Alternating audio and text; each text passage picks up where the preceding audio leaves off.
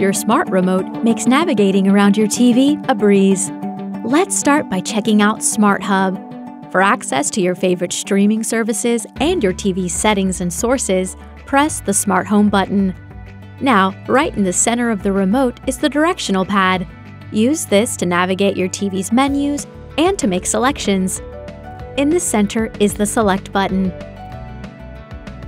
Press and hold this button to use your voice assistant. What's the weather like today? To its left, this button opens Quick Settings.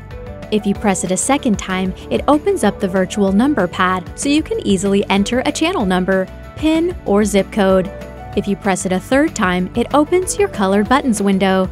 These buttons behave differently depending on which feature you're using. The Play/Pause button opens your playback controls. When you're in game mode, pressing and holding this button for 3 to 5 seconds brings up your game bar. As you navigate your TV's apps and settings, the Return button takes you to the previous menu. Holding it for more than a second closes the function you're running. The Volume button raises and lowers the volume. Pressing it mutes your volume entirely.